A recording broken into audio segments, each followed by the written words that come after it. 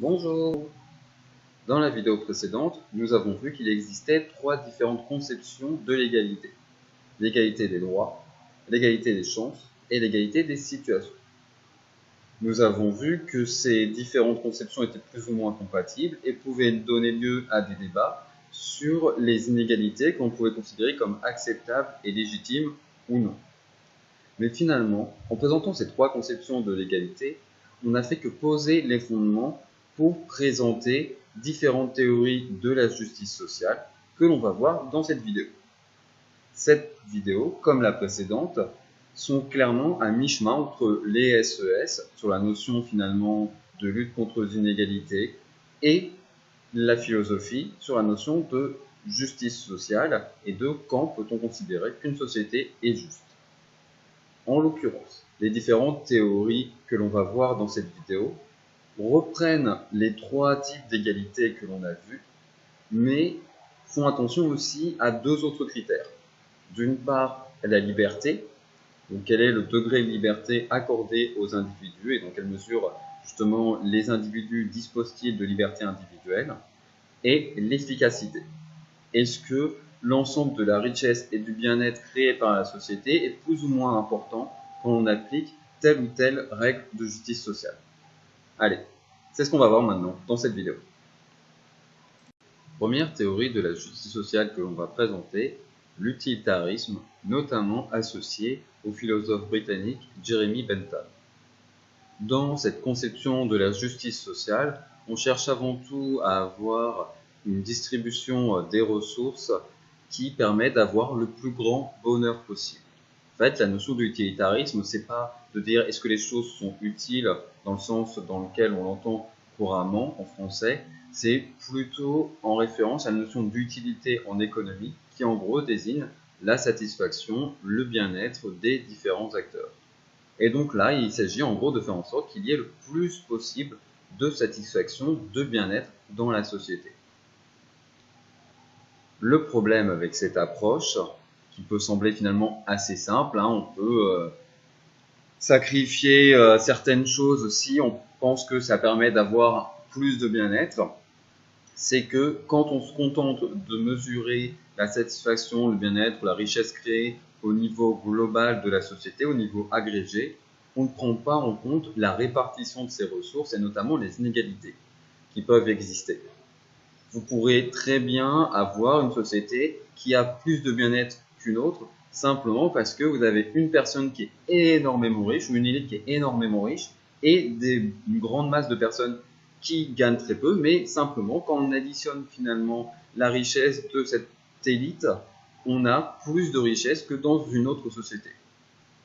On peut aussi se demander quels sacrifices on peut accepter pour avoir ce plus grand bien-être et notamment quelle liberté on est prêt à sacrifier. Petite nuance quand même sur la théorie de l'utilitarisme. Voilà, certes, le principe fondateur de l'utilitarisme, c'est la maximisation de l'utilité globale. Donc en gros, avoir une répartition des ressources qui permettent le plus de production de richesse, le plus de bien-être dans la société de façon globale et agrégée, ce qui peut donc conduire à restriction des libertés et inégalité. Cependant, il y a quand même des petits amendements et des corrections qui sont faits à cette théorie dans sa version la plus simple. Notamment, on peut considérer que il faut qu'il y ait quand même un respect minimum des libertés individuelles pour qu'il y ait ensuite cette recherche du plus grand bonheur possible et qu'il ne peut pas y avoir vraiment maximisation du bien-être si les libertés sont excessivement restreintes. Et autre amendement, autre correction, pour notamment limiter la question des inégalités, prendre en compte le fait que finalement, quand vous avez une personne qui est très riche et que vous lui donnez, on va dire 100 € supplémentaires, cette personne, elle va pas en avoir grandement besoin. Certes, elle va voir son bonheur amélioré, mais pas tellement ça, parce que de toute façon, elle a déjà tout ce qu'elle veut. Donc 100 € de plus, bon bah très bien, ça va être sur mon compte en banque et ça va toujours me permettre d'être plus riche, mais c'est pas grand chose. Alors que finalement, une personne qui est très pauvre, vous lui donnez 100 € et là, vous allez améliorer son utilité, sa satisfaction beaucoup plus.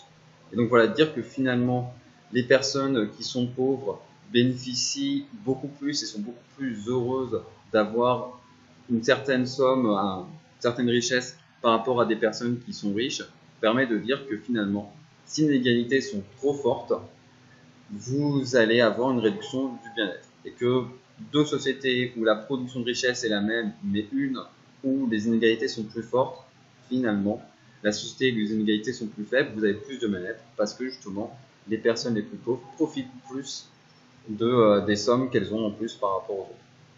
J'espère que j'ai été assez clair. Autre théorie de la justice sociale, l'égalitarisme strict, que l'on peut éventuellement associer à Karl Marx, mais qu'à mes yeux, c'est une vision caricaturale et vraiment extrêmement simplifiée de la vision de Karl Marx. En réalité, voilà. Peut-être qu'on peut voir à un moment chez Karl Marx l'égalitarisme strict comme une étape intermédiaire, mais ce n'est pas fondamentalement la question qui se pose.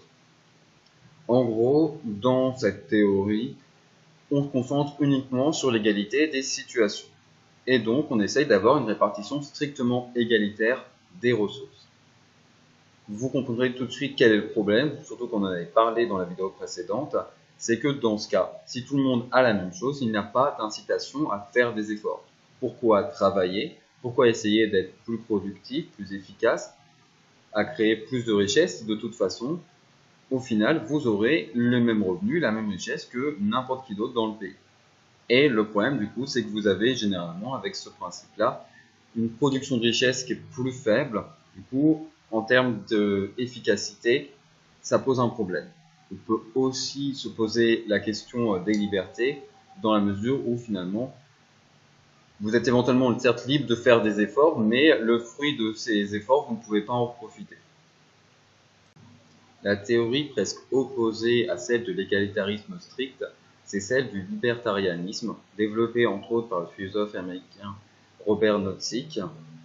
En gros, là, après se concentrer sur l'efficacité de la répartition des ressources, sur l'égalité des situations, on se concentre sur la notion de liberté et normalement quand même d'égalité des droits. Mais c'est à peu près tout ce qu'on accorde.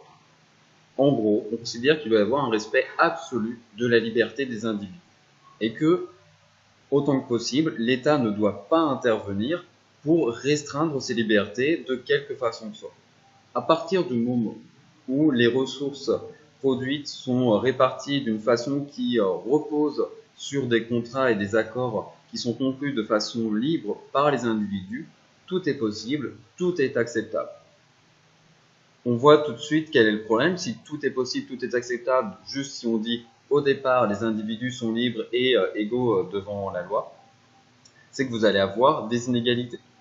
Vous allez avoir des personnes qui vont pouvoir cumuler beaucoup plus de ressources, qui vont pouvoir en plus transmettre ces ressources à leurs enfants et avoir du coup un système d'inégalité qui se perpétue, d'autant plus que justement les inégalités sont très fortes et que finalement, quand vous avez des individus qui sont certes égaux devant la loi, mais qui en réalité ont des ressources qui sont très inégales, il y en a qui ont beaucoup de ressources et d'autres qui ont très peu de ressources, forcément en réalité vous avez des individus qui sont plus libres et plus égaux devant la loi que les autres. Des individus qui en réalité n'ont pas les moyens de réaliser tout ce qu'ils ou elles souhaiteraient faire et d'avoir un niveau minimum de bien-être. Donc on voit aussi que finalement en termes d'efficacité, c'est pas forcément ce qu'il y a de mieux. Et que dans ce type de situation, les individus qui ont beaucoup de ressources peuvent plus ou moins imposer aux individus qui ont très peu de ressources une certaine restriction des libertés en disant oui, mais cette restriction des libertés, elle a été acceptée librement, et finalement pas librement parce que, à l'origine, les ressources sont réparties de façon inégalitaire et que du coup, voilà, vous achetez finalement la liberté des autres. Autre théorie qui est peut-être moins caricaturale par rapport à celle qu'on vient de voir et plus acceptable, l'égalitarisme libéral, défendu par exemple par John Stuart Mill ou John Rawls. Et on va revenir d'ailleurs dans quelques instants sur John Rawls. En gros, c'est un égalitarisme, donc on se concentre sur une forme d'égalité. Mais contrairement à l'égalitarisme strict qui se concentre sur l'égalité des situations, là, on va plutôt donner la priorité, la primauté à l'égalité des chances. On va déjà évidemment considérer qu'il doit y avoir égalité de droit, et ensuite on va faire en sorte, autant que possible, qu'il y ait égalité des chances. Et ensuite, comme j'ai dit dans la vidéo précédente, finalement, à partir du moment où il y a égalité des chances, on peut accepter pas mal d'inégalités parce que de toute façon, elles ont été produites par un système qui assure l'égalité des chances, qui donne à chaque personne les mêmes chances, et ensuite le résultat de cette compétition finalement sociale et économique entre les individus est juste parce que tout le monde a joué avec les mêmes règles, avec les mêmes chances, les mêmes ressources. Ça peut d'ailleurs aller très loin. Quand on parle d'égalitarisme libéral, ça ne veut pas dire forcément d'ailleurs qu'on est contre l'État. Au contraire, vous avez des penseurs comme John Stuart Mill, qui vont dire que pour assurer l'égalité des chances, il faut qu'il y ait notamment abolition totale de l'héritage. L'État doit confisquer toutes les ressources qui sont transmises entre deux générations, entre les parents et les enfants, pour s'assurer que les enfants aient les mêmes ressources. Que en gros, bah voilà, certes, vous avez le droit de profiter des ressources que vous avez accumulées tout au long de votre vie, mais par contre, votre enfant doit commencer avec les mêmes chances et les mêmes ressources que quelqu'un qui a grandi dans une famille où les parents n'ont pas aussi bien réussi socialement et économiquement et n'ont pas du coup pu transmettre les mêmes ressources. Donc les critiques, vous les voyez facilement, c'est celles qu'on a mentionnées dans la vidéo précédente. Le fait que justement, comme je l'ai dit, on peut justifier à peu près n'importe quelle inégalité entre différentes situations à partir du moment où on considère que l'égalité des chances a été respectée, et le fait qu'on va notamment responsabiliser et culpabiliser en fait les individus pour leur situation, notamment les personnes pauvres, et considérer que si elles sont pauvres, c'est uniquement de leur faute.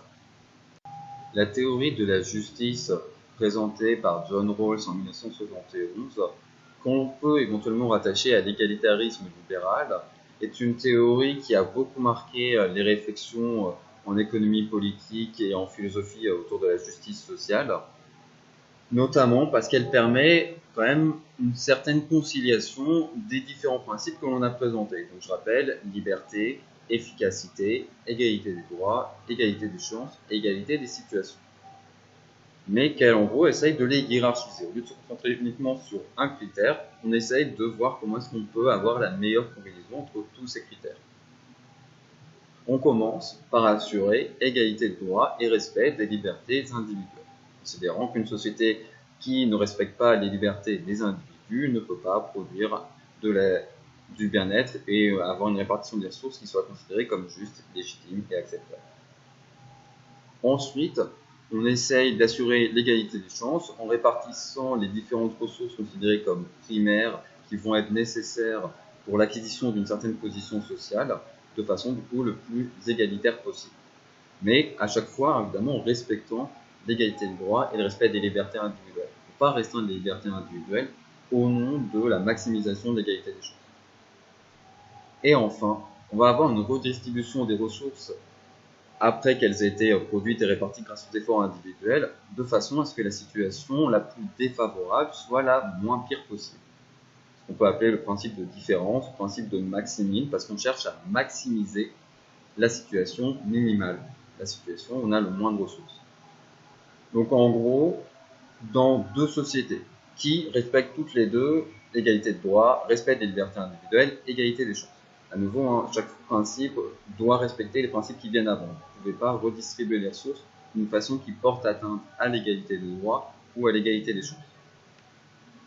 Mais voilà, dans deux sociétés qui respectent ces principes, qui, on va dire d'ailleurs, produisent à peu près le même niveau de richesse au niveau global, on va préférer la société où les personnes les plus pauvres ont le revenu le plus élevé par rapport à une autre société où les personnes les plus pauvres sont encore plus pauvres que ça. Donc en gros, pour hiérarchiser deux sociétés, on va chercher à améliorer la situation des plus pauvres. On va prendre un petit exemple pour illustrer la théorie de Rawls et notamment le principe du maximum. On va imaginer deux sociétés totalement fictives mais qui produisent chaque année la même richesse, qui ont le même PIB aux alentours de 2000 milliards d'euros. Mais cette richesse produite chaque année, ces revenus sont répartis différemment entre les riches, les classes moyennes et les pauvres. Alors, il serait en réalité plus pertinent d'étudier le niveau de vie des ménages ou les revenus individuels, mais pour faire simple, là, on va prendre l'ensemble des revenus perçus par les pauvres, par la classe moyenne et par les riches. À votre avis, entre ces deux sociétés, laquelle est la plus juste selon le principe du maximine et la théorie de John Rawls? Je vous laisse quelques instants pour réfléchir.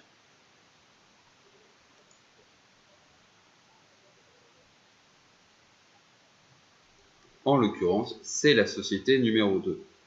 En effet, pour déterminer quelle société est la plus juste, en supposant que les deux premiers principes de respect des libertés individuelles, égalité des chances soient également respectés, Rawls va se concentrer sur les revenus, la richesse perçue par les plus pauvres, et va considérer que dans la société numéro 2, le niveau de vie des plus pauvres est légèrement supérieur aux pauvres de la société numéro 1, et qu'en gros, vaut mieux être pauvre dans la société numéro 2 que dans la société numéro 1, et donc on va considérer que c'est cette société qui a le plus de justice sociale, même si en l'occurrence, vous avez des inégalités plus fortes, au moins en termes absolus, entre les richesses perçues par les pauvres et les richesses perçues par les riches.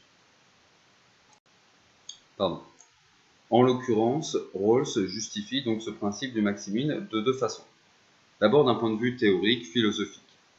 Il imagine qu'on se place derrière un voile d'ignorance. En gros, on ne sait pas du tout quelle position on va avoir dans la société. On peut être riche, pauvre, classe moyenne, peu importe. Et on se dit, voilà, on peut se retrouver, on a autant de chances de se retrouver pauvre que riche que classe moyenne. On ne sait pas du tout où est-ce qu'on va se retrouver. Et dans ce cas, une fois qu'on est placé derrière ce voile d'ignorance, quelles sont les règles que l'on va chercher à établir pour qu'il y ait le plus de justice sociale? Et en gros, il dit, on va essayer d'être prudent et on va se dire, j'ai une chance quand même de tomber dans la catégorie la plus défavorisée, et donc je vais faire en sorte que quand même cette catégorie ait le meilleur filet de sécurité possible, cette catégorie ait le meilleur niveau de vie possible, tout en restant évidemment la catégorie la plus défavorisée, et donc voilà, j'applique ce principe du maximum. Autre justification, peut-être un peu plus pratique, un peu plus concrète, le fait que du coup on peut justifier des inégalités plus fortes, on peut accepter que les riches aient un niveau de vie plus fort dans une société si ça passe aussi par un niveau de vie plus fort pour les plus pauvres, parce que dans ce cas, ça signifie que ces inégalités plus fortes sont des incitations et finalement permettent de produire plus de richesses, ou en tout cas plus de richesses pour les plus pauvres. Finalement, si on essaye un peu de résumer, de synthétiser ces différentes théories au regard notamment des différents principes qu'on a évoqués, principes fondateurs pour élaborer une théorie de la justice sociale, on voit que l'utilitarisme se concentre sur le principe d'efficacité, le libertarianisme sur le principe de liberté et d'égalité de droit, l'égalitarisme strict va appliquer tous les principes, surtout parce qu'en fait il va se concentrer sur l'égalité des conditions, des situations. Donc en fait pour arriver là, il va passer par notamment égalité de droit, égalité des chances, mais c'est surtout ça qui l'intéresse. Et version peut-être plus intéressante, l'égalitarisme libéral, notamment si on considère la théorie de John Rawls, va cocher tous les principes. Donc premier principe de la théorie de John Rawls, il doit y avoir respect des libertés individuelles et égalité des droits. Ensuite, il doit y avoir, autant que possible, égalité des chances. Et enfin, on cherche à concilier efficacité et égalité des situations pour faire en sorte que la situation la plus défavorisée dans la société soit la moins défavorable possible, que les plus pauvres aient le meilleur niveau de vie possible. Voilà, j'espère que c'est clair pour cette vidéo et je vous souhaite une bonne journée.